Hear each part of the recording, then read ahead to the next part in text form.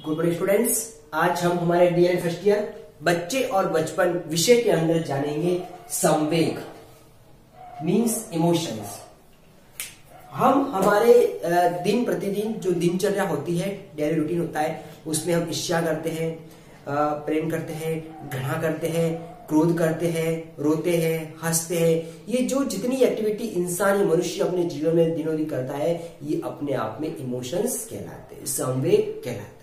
संवेग प्रारंभिक जब मानव जीवन का जो प्रारंभिक समय होता है, यानी कि जो हम बाल्यावस्था से पहले शैशवावस्था है, उसके प्रारंभिक कुछ समय में संवेग नहीं होते हैं, लेकिन जैसे जैसे समय बीतता है, बालक बड़ा होता है, उसके अंदर संवेग आते जाते हैं। उसको हंसना क्या होता है, रोना क्या होता है, क्रोध करना क्या होता है, ये सारी बातें वो समझना प्रारंभ कर देता है और कह सकते हैं कि उसमें धीरे धीरे संवेग का विकास होने लगता है। तो हम आज कक्षा में जानेंगे संवेग की जो परिभाषा है वो क्या है, अर्थ क्या है, और इस हमने विभिन्न वर्ग अपनी किस तरीके से परिभाषा दी है संवेग। ठीक है, संवेग को अंग्रेजी में हम क्या कहते हैं, इमोशन कहते हैं।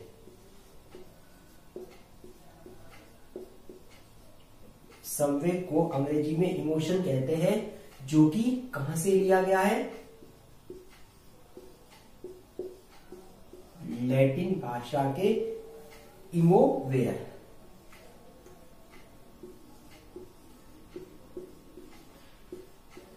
लैटिन भाषा के इमोवेयर से लिया गया है, यानी इसका अर्थ होता है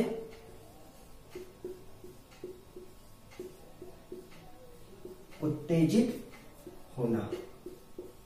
इसका अर्थ होता है उत्तेजित होना, यानी संवेग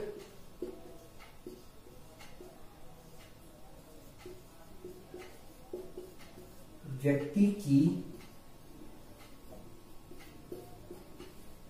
जो उत्तेजित दशा है, ठीक है ना, व्यक्ति की जो उत्तेजित दशा है उसको कहते हैं।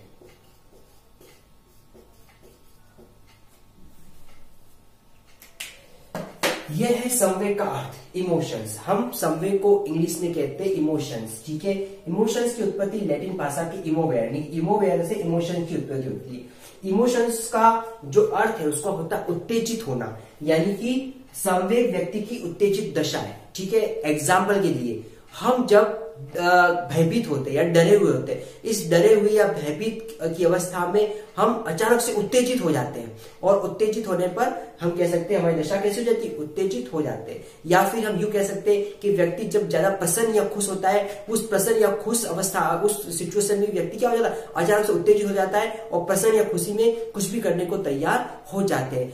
हम देखते हैं कई बार घर के अंदर सिचुएशन के साथ हम बड़ों को देखते हैं, क्योंकि उनका संवेग कैसा है, यानी कि वो मतलब प्रसन्न है या क्रोधित है, उसके अकॉर्डिंग ही हम उनके सामने बात करते हैं। तो कहने का मतलब हम उसकी उत्तेजित दशा के अकॉर्डिंग प्रयत्न कर रहे हैं। तो संवेग अपने आप व्यक्ति की उत्तेजित दशा को कहते हैं, यानी कि उसके अकॉर्डिंग वो उत्तेजित होता है। तो ये है संवेग का अर्थ, जो इमोशंस और इससे लिया गया है।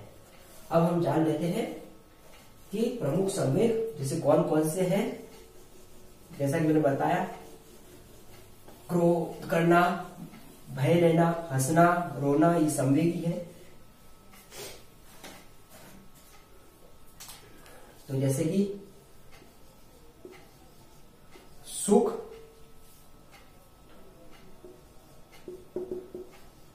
दुख,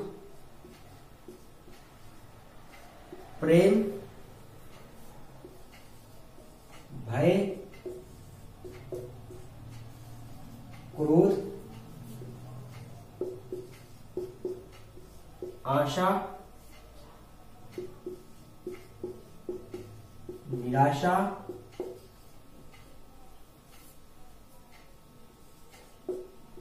लज्जा,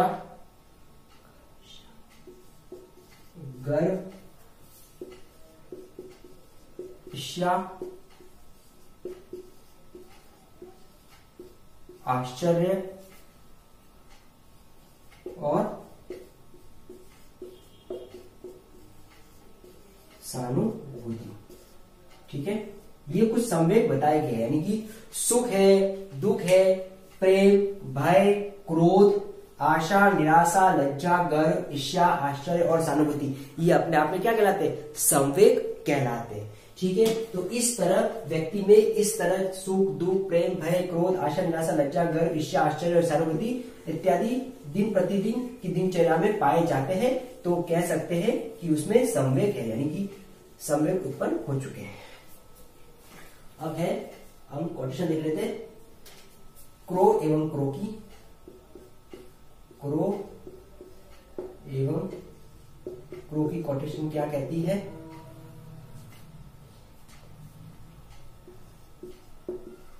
संवेग गतिशील, आंतरिक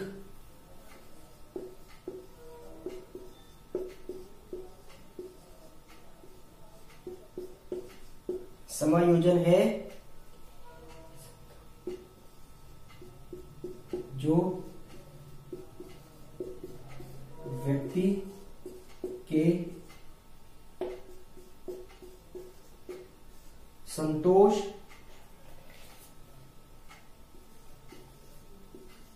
सुरक्षा और कल्याण के लिए कार्य करता है।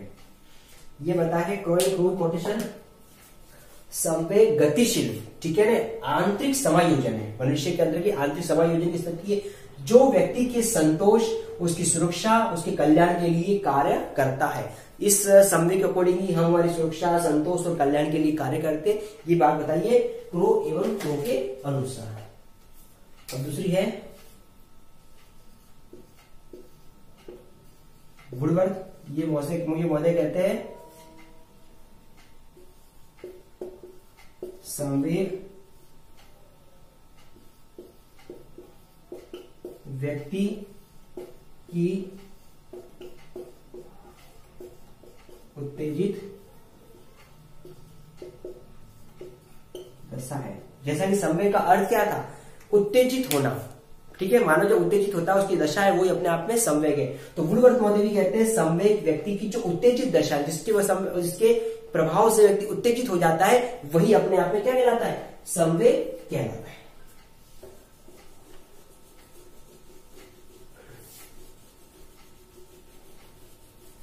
इसके अलावा कुछ विद्वानों की हम परिभाषा और देख लेते। परिभाषा है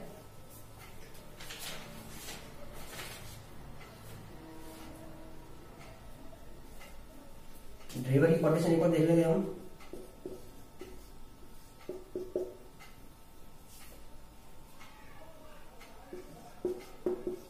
संवेग प्राणी को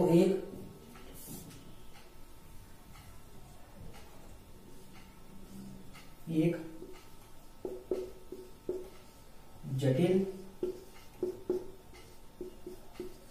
दशा है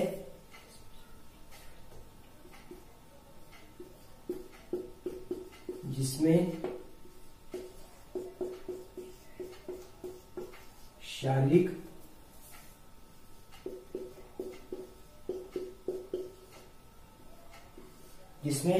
परिवर्तन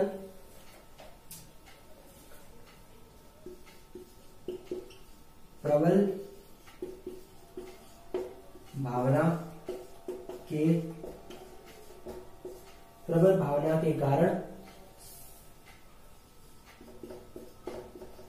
उत्तेजित दशा और एक निश्चित प्रकार का व्यवहार करने की प्रवृत्ति निहित है।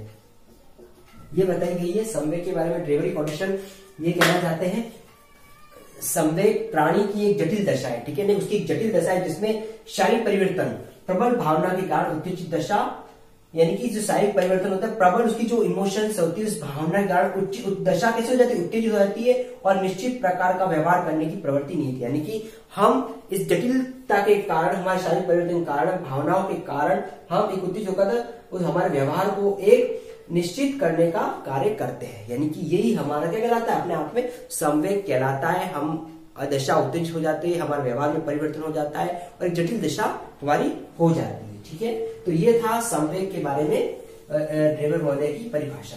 तो आज हमने क्लास में जाना संवेग क्या होता है, संवेग कितने प्रकार के हैं और संवेग के संदर्भ में जो परिभाषा है विद्वानों की वो हमने जाना। अब इससे रिलेटेड आज का आपका असाइनमेंट है,